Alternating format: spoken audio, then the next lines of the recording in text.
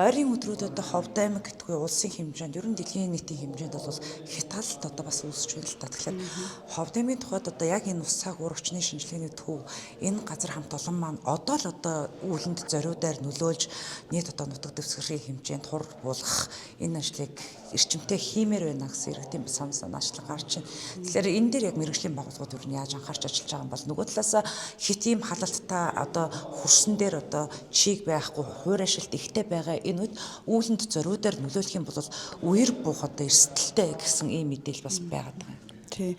За яг одоо өнөөдөр бол яг дэлхийн хэмжээнд бол эл нэмнэ үзэгдэл маш эрчимтэй явагдаж байна.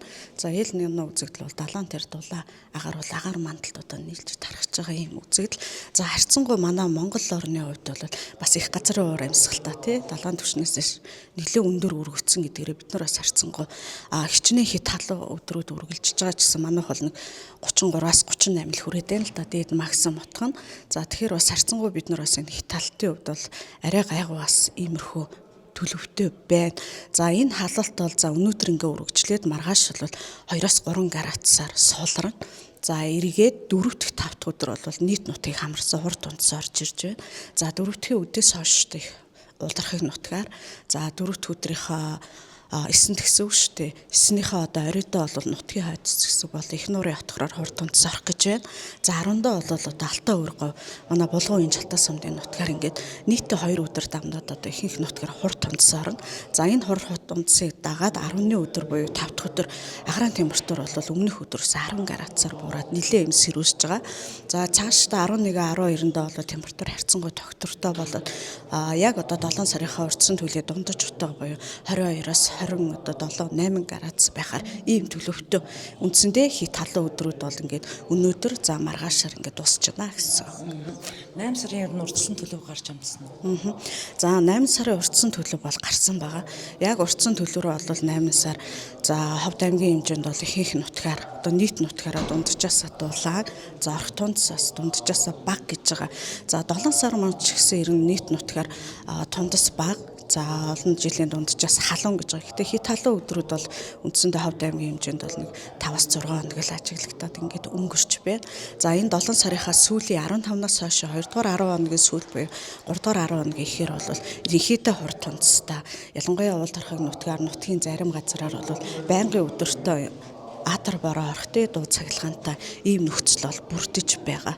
Өнөөдрийн байдлаар ер нь хөрсөн дээр хэдэн градусын одоо халуунтай агаар дээр хэдэн градусын халуунтай. За өнөөдрийн байдлаар ер нь нутгийн айдсыг буюу уулархаг нутгаар за ер нь бусад нутгаар Алтай өөргөөс бол бусад нутгаар хамгийн дээд дутуу бол 33-аас 36 градус хүрч байна. За Алтай өөргөөр бол 38 градус хүртэл ингэж халж байна. Тий. Ховд аймгийн ус цаг уур орчин шинжилгээний төвд ер нь одоо үүлэнд зөрүүд дээр нөлөөлөх арга хэмжээг ер нь авчиргажуулах юм боломж байна. Ер нь цаашид бас үйл ажиллагаа хөтөлбөр төлөвлөгөөндөө ер нь танах яаж тусгасан байдгийг энэ үүлэнд зөрүүдээр нөлөөлөх одоо буужингийн нөөц ер нь байгаа юм. За зориудоор нөлөөлөх ажлыг бол бид нар урдчил төлөвлөж бол хийдэггүй. За яг өмнөх жилүүдтэйгээ ойролцоогоор бол ерөнхийн нэг тоон баримжаа байгаа тий. За бид бол нэг ойролцоогоор жилд бол нэг 40 гаруй удаагийн гаралтыг хийдэг.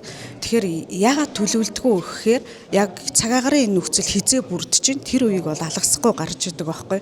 За сүүлийн харин ингээд 10 хоногт за нэг 8 хоногт бол бид нар зориудоор нөлөөлөх ажиллагааг явуулсангүй. Учир нь ихээр нэгдүгээр тийм хит халуун байна. За хоёрдугаар тас яг ингээд одоо нөлөөлж болох үец ийм одоо үүлний масс бол орж ирэхгүй байна л да. Харьцангуй зориудоор нөлөөлөх ажлыг бол нэг үүл нь нэг 70-аас 80% чихтэй ийм үед бид нар нөлөөлдөг. Гэтэл яг өдөртөө төр зураг ялангуяа уулархаг нутгаараа бол зөвхөн ийм хэсэг тасаг тий харуулаа ихэд зөвхөн тэндэл бороо орно. Бусад газраар үүлэн тархаж маас нь ингэж өгөхгүйгээр ийм нөхцөл байгаа учраас ойрын энэ хэд хоногт бол энэ ажиллагааг явуулахгүй байна. За одоо харин 9-10-ныхаа хурд тунцаар бол 2 өдөр бид нар дамнаад ажиллана. За цаашид бол сарынхаа одоо сүүлийн 15 хоног буюу 16-наас хойшоогоо энэ хурд тунцанд бол үргэлжлүүлээд ажиллаа явна. За сумны нөөцийн хувьд бол бид хангалттай нөөцтэй. За аймаг болгоноос одоо яг ингээд дулааны улирлын, хаврын улирлын урдсан төлөө хараад энэ аймагт малчны сум пуужин хэрэгтэй вэ гэдэг юм тооцоолыг аваад хүсэлтийн дагуу олгодог. Тэгэхээр манад бол за он гарахад бол 65 пуужингаар энэ ажиллагаа эхэлсэн. За 65 пуужингийнхаа 40 нь бол бид нар одоо ажилласан. Одоо 25 пуужин байгаа учраас 7 сарын үлдсэн 15-ыг 8 сарда бол хангалттай ажиллачаар юм байгаа. За пуужин дууслаа гэхэд бол дээр ерөнхий газараас бол нэмэлтээр хангахад бэлэн юм байна. Нийт нутаг дэвсгэрийн хуурай шилтийн хэмжээ ер нь ямар байгаа вэ? За өмнөх жилүүдтэй харьцуулахад гэдэг юм уу? Ер нь малчтын одоо цуслангийн бүс нутаг бол үнэхээр гантаа харагдаж байна лээ. За хуурай шлийн индексээр сүүлийн 5-6 өдрийн хаалтаар бол Ховд аймгийн хэмжээнд хуурай шил бол бүгдээрээ одоо хуурай шлийн өндөр зэрэгтэй. Ялангуяа Булган үеийн жалтаасан бол хуурай шлийн нэн их зэрэгтэй ийм байна. За харьцангуй энэ ингээд өнөө маргааштай ингээд хит тал дуусж байгаа учраас 9-10-наас хойш хуурай шлийн зэрэг бол багасаад ингээд таата нөхцөл үүсээ явчих бах. За хавар болоод л энэ хавар харьцангуй хурд тунцмаад бол бас боломжийн олон жилийн дунд чи орчим ороо явсан. За энэ хит ойрын өдрүүдэд халалттай холбоотой арай ургасан ногоо маань тий хатах, ургалтанд зогсох, үе шат нь одоо ингээд зогсох иймэрхүү байдал бол ажиглагдсан. Гэхдээ харьцангуй зуны улирал байна, цаг хугацаа байна. Дахиад ногоо ургах, түлжих ийм бол нөхцөл байгаа цаг хугацааны үед. За баярлалаа танд.